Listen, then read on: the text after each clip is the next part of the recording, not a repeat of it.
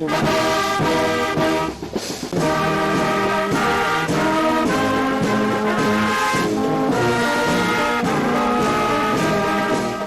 revenons de Boga pour rencontrer l'équipe d'avance qui devrait arriver ici dans le cadre des opérations conjointes. Mais avant d'y arriver, c'est la première réunion que nous venons d'effectuer avec le commandant des opérations militaires en Ituri, le gouverneur militaire. À son côté, il y a eu le commandant 32e région militaire et le commandant secteur opérationnel d'Ituri, également une délégation de l'armée UPDF. Alors après cette réunion, il y aura une autre réunion demain avec la grande délégation qui est déjà à Boga à ce moment ici. Après cette réunion, il y aura encore une grande réunion d'harmonisation avec une délégation de Kinshasa et de l'armée ougandaise. À ce moment-là, on va définir les actions menées dans le cadre de la mutualisation de forces entre UPDF et les forces armées de la République démocratique du Congo.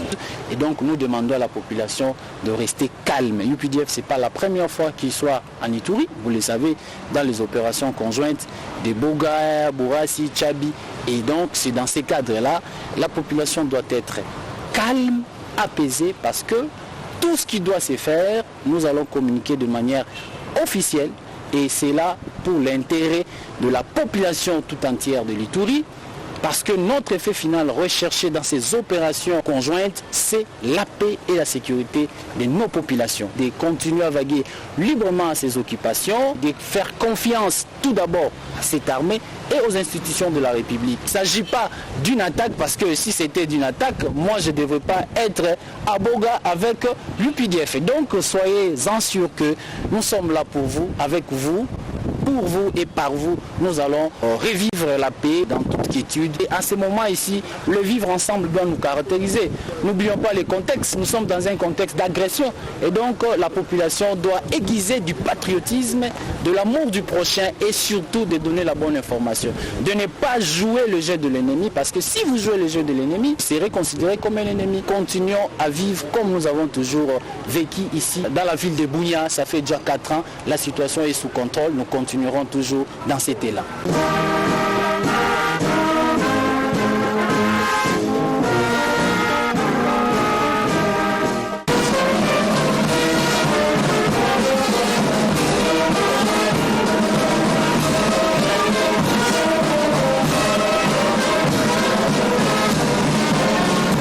Le 8e séminaire régional inaugural de la session spéciale du Collège de hautes études des stratégies et de défense, édition 2025, s'est clôturé le samedi 15 février 2025. Durant 3 jours, les auditeurs de ces hauts lieux du savoir, répartis en 5 panels, ont réfléchi sur les vrais enjeux qui ont poussé l'ancien président américain Joe Biden de se rendre en Angola pour le lancement du projet de constitution du corridor de Lobito. Ce projet a pour principal objectif l'exportation des minerais stratégiques de la RDC. Voici l'économie des conclusions scientifiques de ces assises, présentées par le professeur Mubunzelu Ludovic.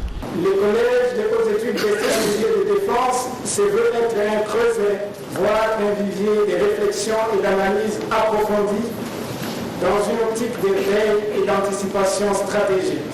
Aucun fait de la société susceptible d'avoir des implications directes ou indirectes sur la sécurité globale ne peut passer inaperçu sans susciter un questionnement devant aboutir à l'élaboration d'une série de stratégies possibles et recommandées.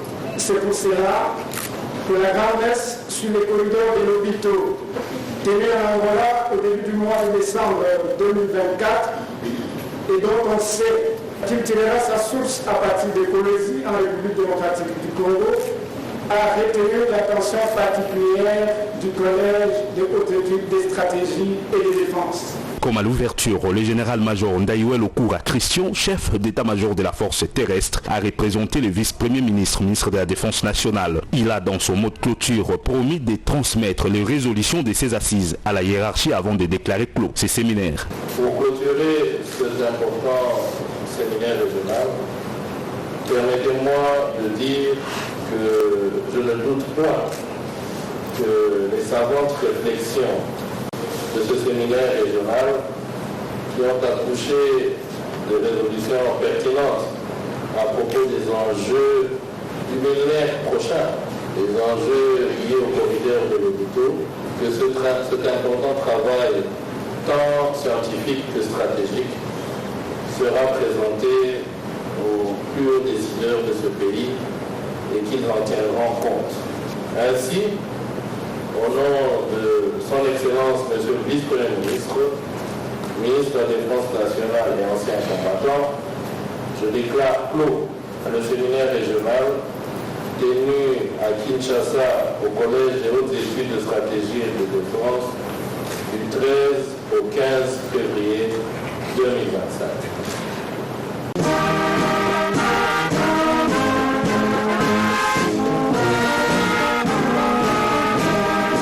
Le général-major Ndaïwel Okura Christian, chef d'état-major des forces terrestres, a présidé le lundi 10 février sa toute première réunion de commandement à l'intention des officiers de son état-major. Cette réunion s'est déroulée au mess des officiers et sous-officiers de la force terrestre. Deux points ont été abordés, à savoir la situation sécuritaire sur l'ensemble du territoire national, le comportement des militaires face aux événements de l'Est du pays. Pour le général Ndaïwel, il n'est pas venu croiser les bras mais travailler. Le pays est en guerre, il a rappelé les serments des militaires de FARDC et appelé les officiers de son état-major à l'assiduité au travail et à un travail bien fait.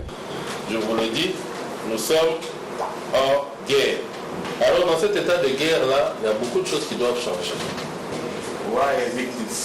Malheur aux vaincus. Malheur aux vaincus.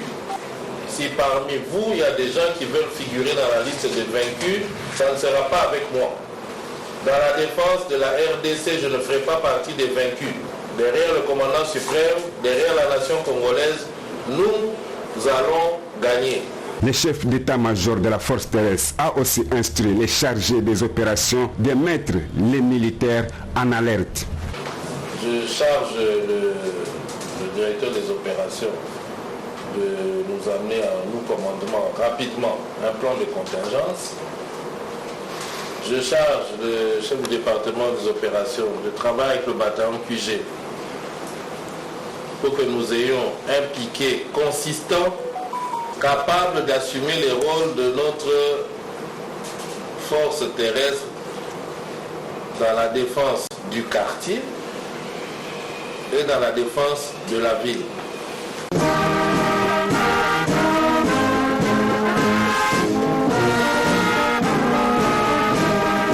Les conclusions de l'audit externe de l'inspectorat général de FARDC ont été présentées le 7 février 2025 dans la salle de souvenirs du Collège des hautes études des stratégies et de défense de Kinshasa. L'audit réalisé par l'Expertise France et l'agence belge de développement Enabel a planché sur l'organisation et le fonctionnement de l'IGF-FARDC. L'audit réalisé a permis d'identifier les forces, les faiblesses et les goulots d'étranglement de l'inspectorat général des forces armées. Des pistes, des solutions basées sur les opportunités ont été proposées en vue de rendre efficace et opérationnelle cette structure chargée du contrôle de l'application des lois, des règlements et des directives en vigueur au sein des FARDC. L'économie du rapport est donnée ici par le général français à la retraite, Patrick Charex. Dans le programme UPS de l'Union européenne, l'Union pour la sécurité, il y a différentes sous-phases. Et il y a une sous-phase qui consiste à travailler sur l'inspection générale. Comment l'améliorer, comment lui proposer des solutions en fonction du contexte local et en fonction de ce qui se passe aussi à l'extérieur, ailleurs, dans d'autres armées. Et donc, Témis travaille pour l'OPS et Expertise France, et on a sorti un audit de 80 pages où on propose des évolutions, des améliorations pour l'inspection générale. Et aujourd'hui, c'était la présentation des conclusions pour qu'ensuite, au niveau du secrétariat général et au niveau du ministère de la Défense, on fasse des choix sur l'évolution de l'inspection générale. Plusieurs structures du ministère de la Défense et des FARDC ont pris part à cette séance.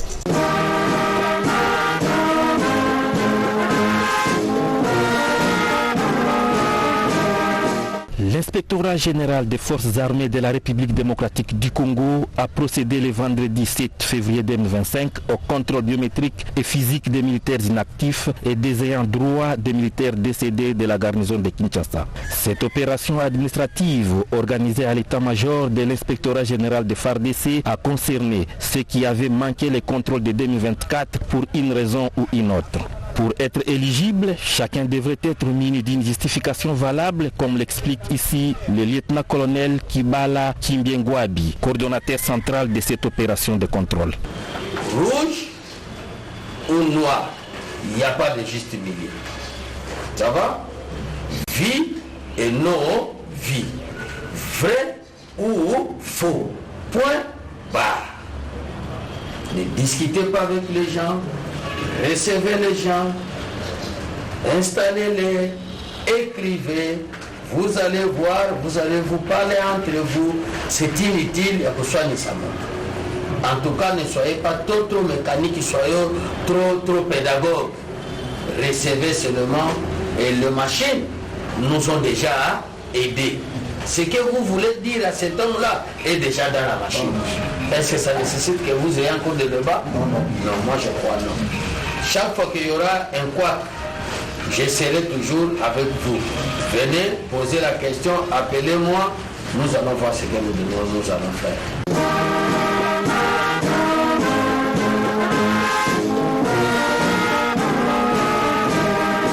Les travaux de réhabilitation de la grande parade militaire du camp lieutenant-colonel Kokolo vont bon train. Ces travaux financés par l'état-major général des FARDC réalisés par l'entreprise chinoise Realization Construite SARL sont destinés à moderniser ces hauts lieux militaires et à les revêtir de sa plus belle robe. La durée des travaux est de 16 semaines.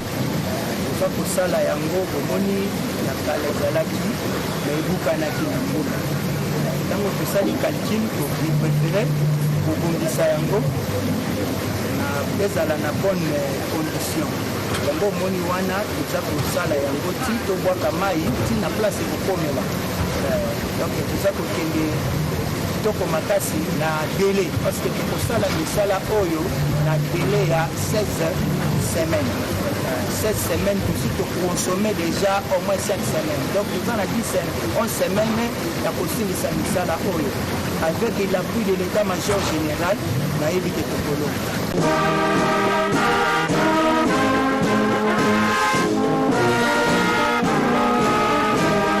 Président de la haute cour militaire, mon général, police d'audience, c'est l'enjeu pour vous rendre les honneurs et vous présenter les prévenus qui comparaissent à l'audience.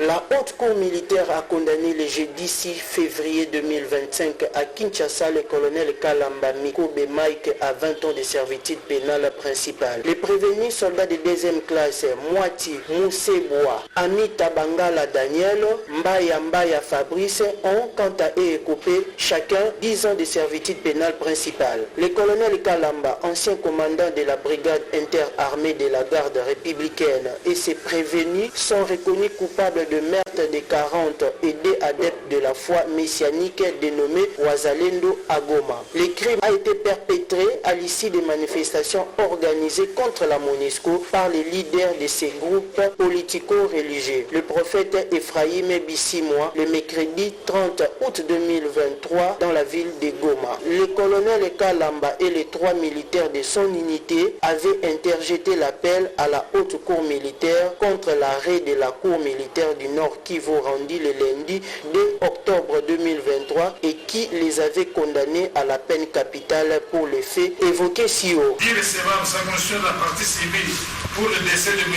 Ouezo Milele, maladie non fondée pour défaut de tout lien de causalité entre les dommages, en l'occurrence le décès de la victime et l'acte dommageable et générateur du dû préjudice, qui n'est pas en espèce les faits des prévenus condamnés. Dit en outre irrécevable la constitution de la partie civile, dit par contre recevable et non fondée la constitution de la partie civile Chambouine Bieragi. Sur la restitution, sur la demande de restitution des téléphones appartenant au prévenu colonel Mikombe Mike est saisi au cours de la procédure au premier décret. La haute cour militaire ordonne leur restitution immédiate pour violation de l'article 14 code pénal en matière de confiscation générale. Les comptes en outre au paiement des frais de justice qui sont tarifés par les greffiers. Ainsi arrêté et prononcé à l'audience publique de ce jour, à laquelle siégeait le colonel magistrat Bienvenu Kibou du...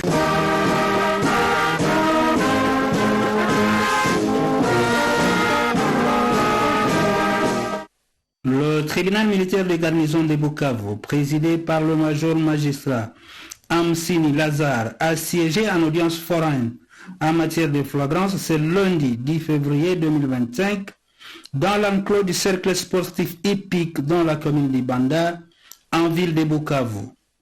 Ceci pour juger 84 militaires indisciplinés, issus de quelques unités de FARDC, notamment le bataillon Foudre et la 11e brigade de défense publique, dénommée Satan 2, qui ont abandonné le front pour se retrouver en ville de Bukavu sans aucune autorisation de leur hiérarchie. Ils sont donc poursuivis par le tribunal militaire de garnison pour fuite devant l'ennemi, meurtre, violation des consignes, viol, pillage et la dissipation des munitions de guerre. Aussitôt informé, le commandant de la 3e zone de défense, le lieutenant-général Massunzo Pacifique, a ordonné au service de renseignement militaire de rechercher, arrêter et mettre à la disposition de la justice militaire ces brebis galeuses qui ont tenté de ternir l'image des marques de FARDC. L'autorité a par la même occasion demandé tant à la population du Sud Kivu, particulièrement celle de Bukavu, qu'aux victimes de ces actes ignobles de venir assister et participer à cette audience. La présente audience étant pédagogique, des sanctions sévères seront nécessairement infligées à tous les coupables pour servir d'exemple à tous ceux qui voudront emboîter les pas à ces derniers. En outre, les commandants de ces militaires seront incessamment interpellés, soit pour être poursuivis comme complices de ces actes, ou encore ayant engagé leur responsabilité pénale individuelle du fait de la responsabilité du chef militaire, pour n'avoir pas empêché la perpétration de ces actes, ou encore n'ayant pas réprimé ses auteurs, et le déférer devant les instances judiciaires. Cette première séance consacrée à l'identification des prévenus a connu la participation de l'auditeur militaire supérieur et ministère public, le colonel magistrat Jérôme Bayawa Yaboike, organe accusateur qui s'est dit très indigné du comportement des prévenus. Ainsi, l'affaire est renvoyée à l'audience prochaine qui aura lieu demain, mardi 11 février 2025, à 9h au même endroit.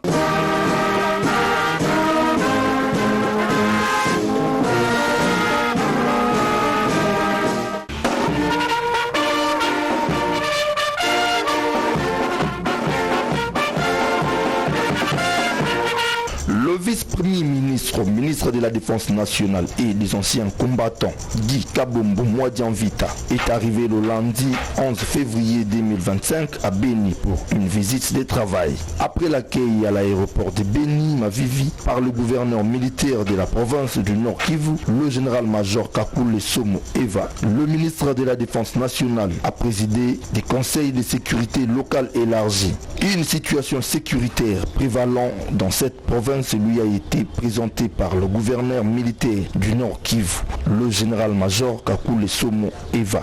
Aussitôt après, Guy Kabombo Mwadianvita a visité successivement l'hôpital militaire du camp général-major Chico, le recrue, le déplacé, les dépendants des militaires pour terminer au chevet des blessés de guerre internés à l'hôpital militaire de référence des garnisons de Beni.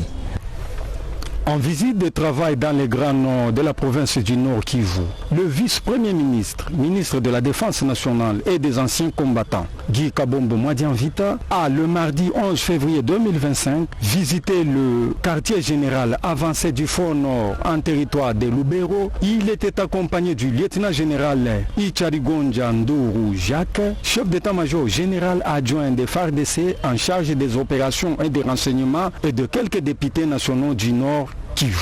Le vice-premier ministre, ministre de la Défense nationale, s'est rendu à Kichombiro, l'une des positions les plus avancées des FARDC sur la route nationale numéro 2 reliant Lubero Centre à Goma. Sur place, il s'est entretenu avec les commandants des axes et les militaires. De retour à Lubero, le ministre Guy Kabombo Mwadjanvita a assisté au point de situation fait par le général-major Mandefou Bruno, commandant secteur opérationnel Soukola 1 Grand Nord et Front Nord. La visite du vice-premier ministre, ministre de la Défense nationale et des anciens combattants s'est clôturée par un échange avec les représentants de toutes les couches de la population de Lubero. Le vice-premier ministre, ministre de la Défense nationale, a regagné le mercredi 12 février 2025 Kinshasa après une escale à Kisangani.